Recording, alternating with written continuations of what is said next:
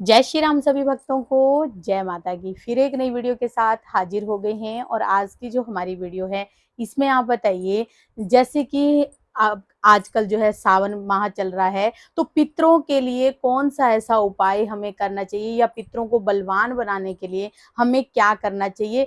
आज की वीडियो इसी विषय पे होने वाली है। अगर आप भी अपने पितरों को बलवान बनाना चाहते हैं तो हमारे साथ अंत तक बने रहिए, तभी आपको सारी वीडियो समझ में आती है। अगर वीडियो अच्छी लगती है तो लाइक करें, शेयर करें, कमेंट करें। चैनल पे नए हैं तो चैनल को भी जरूर सब्सक्राइब करें और साथ में जो है फेसबुक और इंस्टाग्राम पर भी फॉलो कर लीजिए। चलिए शुरू करते हैं आज की वीडियो। जय श्री राम। जय श्री राम, जय श्री बालाजी महाराज। पितरों को बलवान बनाने के लिए, पितरों को शक्तिशाली बनाने के लिए, पितृ ऊर्जा को जागृत करने के लिए, पितरों के ऊपर बंधन है या किसी प्रकार से कोई पितर अगर प्रेत के ग्रस्त में है या कोई प्रेत पितरों के ऊपर हैवी होया हुआ है, तो ये सब के सब मुक्त होंगे, सब की सब कृपा होगी। लेकिन कैसे होगी? कुछ ऐसे समय होते हैं जो शक्तिशाली होते हैं।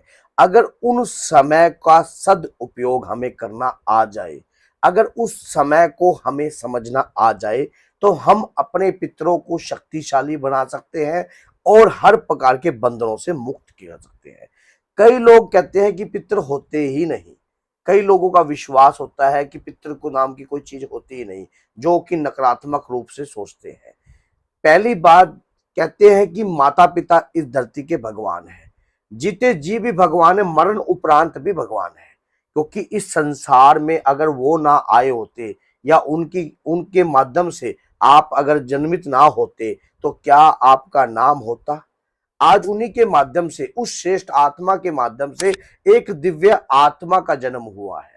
तो उस आत्मा का, जिस प्रकार से श्री कृष्ण भगवान ने, आपने देखा कि अपने माता पिता का, प्रभु श्री राम ने भी जाकर खुद गया जी में जाकर अपने पितर का श्राद्ध किया था, अपने पिता के नाम का श्राद्ध किया था। तो आप सोच के देखिए कि पितर जो है, हमारे जो माँ बाप हैं, हमारे जो दादा हैं, हमारे जो परदादा हैं, हमारे खानदान में अगर कोई योगी है, कोई तपस्वी है, तो हमारा नैतिक फर्ज बनता है, कर्तव्य युक्त फर्ज बनता है उनकी सेवा करना, उन्हें शक्ति प्रदान करवाना, ताकि अपने कुल की, अपने परिवार की वो रक्षा करें। रघुकुल रीत सदा चली आई, प्राण जाए पर वचन न जाए।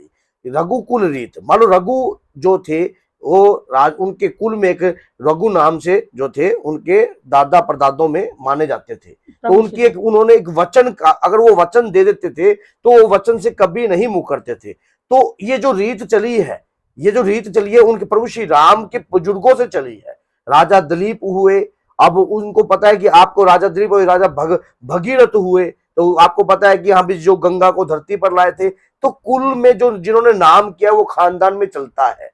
इसी प्रकार से अब सावन का पावन अवसर चल रहा है। आगे जैसे कि आपको पता है कि पितृपक्ष भी आएगा, अमावस्या आती है। मन में ये संदेह रहता है कहीं हमारे पितृ कमजोर तो नहीं, कोई पितृ दोष हमारे घर पर तो नहीं है, कोई बच्चों पे तो आगे पितृ दोष नहीं है। क्योंकि अगर हम कुछ नहीं करेंगे तो ये पितृ दोष जाकर आगे हमारी पीढ़ी में चलता रहता है। अगर मान लो हमने किसी सियाने के पास हम गए, किसी कष्ट के द्वारा गए, किसी भी प्रकार के द्वारा गए, हमने उनको जाकर कहा कि हमारे घर में कष्ट है, कोई अभद्र आत्मा हमारे परिवार को सेध रही है, कोई कष्ट दे रही है। अब लेकिन आपको तो ये बात नहीं पता थी ना कि वो अभद्र आत्मा आपके बुजुर्ग है, या कोई एक्सीडेंटल मौत मरा गया है, या किसी के साथ कोई लगकर मर गया है, या कोई चपेट में मरा हुआ है। तो आपने क्या करा, उनका भी बंधन करवा दिया, उनको भी बंधवा दिया। इस प्रकार से भी एक बंधन होता है। दूसरा, अगर कोई तांत्रिक ओगर स्याना किसी भी परिवार के ऊपर बंधन करता है, तो पहले उनके पितरों को बांधता है, कुल देवी देवताओं को वचनों में लेता है। उस प्रकार से क्या होता है, एक मलिन शक्ति को घर में छोड़ता है, जिसके द्वारा बंधन हो जाता है। हमारे घर के अंदर जो हमारे पितृ हैं, वो चाहकर भी हमारे परिवार की रक्षा नहीं कर सकते। तो ऐसे समय पर उन पितरों को उत्कीर्ण करने के लिए, उन पितरों को बलवान बनाने के लिए, कोई पितर अगर प्रेत बना हुआ है, तो प्रेत के दौरान हम उन्हें क्या दे सकते हैं? अगर हमें उन्हें ताकत देनी है, हमें उन्हें शुद्ध करना है, आज मैं आपको कुछ भी नहीं करने को कहूंगा। सिर्फ अपने पितरों के नाम का आपने जो माला का जाप करना है, मंत्र का जाप करना है, वही जाप ही मैं आपको बताऊंगा। मान लो समय के अनुसार अगर आप उस जाप को करते हो तो आपके पितर बलवान होते हैं, शक्तिशाली होते हैं। शंकर भगवान का इस सावन अवसर में एक चौमुखा दीप का दान दीजिए। जब आप पंडित के पास जाइए और बाबा के निराकार रूप की आराधना शिवलिंग कीजिए, जगह शिवलिंग की, और कहिए कि हे महादेव, आप संहार कर देवता हैं।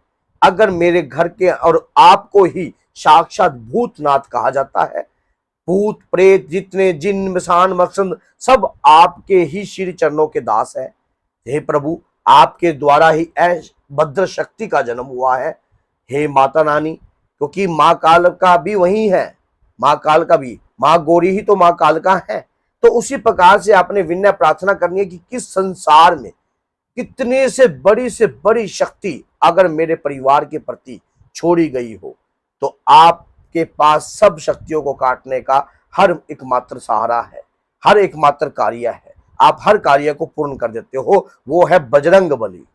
तो मैं चाहता हूं कि बजरंग बली की कृपा हमारे परिवार पर सदैव बनी रहे, क्योंकि आपके 11वें रुद्र अवतार ही कलयुग का प्रधान रूप का देवते हैं। क्योंकि आपके रूप का ही, वो निराकार रूप का ही एक साकार रूप है जो है बजरंग बली। तो उस बजरंग बली की कृपा से मैं आपके श्री चरणों में आया हूं। हे बाबा, मेरे पितरों को उत्कीर्ण कीजिए।